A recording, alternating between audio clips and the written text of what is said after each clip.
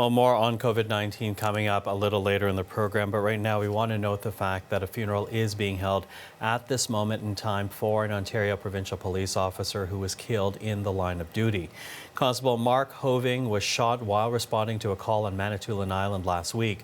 Both he and a civilian named Gary Broman died in hospital shortly afterwards.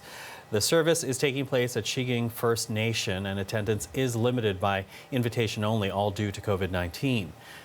The Ontario Premier Doug Ford is among those who are attending.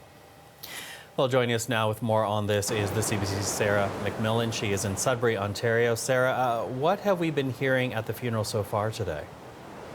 Hi, Michael. Well, this afternoon we heard from friends and family. We also heard from OPP Commissioner Thomas Carrick, and he talked about how Marc Hovingh was heroic in his final moments and talked about how he approached each day with bravery, saying that the OPP and the community more broadly is forever indebted to him. But we also, as I mentioned, heard from some of Hovingh's friends and family, heard from his wife, Leanne, from his brothers, from a friend and colleague, Marie Ford, and we heard from them about a little bit more about him as a person. A lot of what they talked about was his sense of humor, his faith, and his care for the community, saying that that was a big part of how he acted every day, was caring for the underdog, and that also translated into how he approached his work as an OPP officer. His wife, Leanne, saying that in the last week or so, the outpouring of support they've received has felt like an ocean of love over their family. And speaking, very fondly about that love they've received from the community, that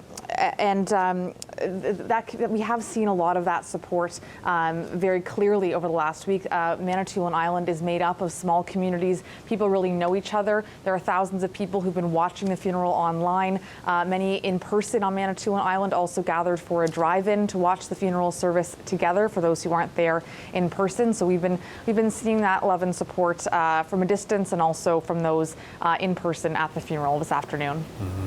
Such a hard time for the family right now as we watch this funeral unfold.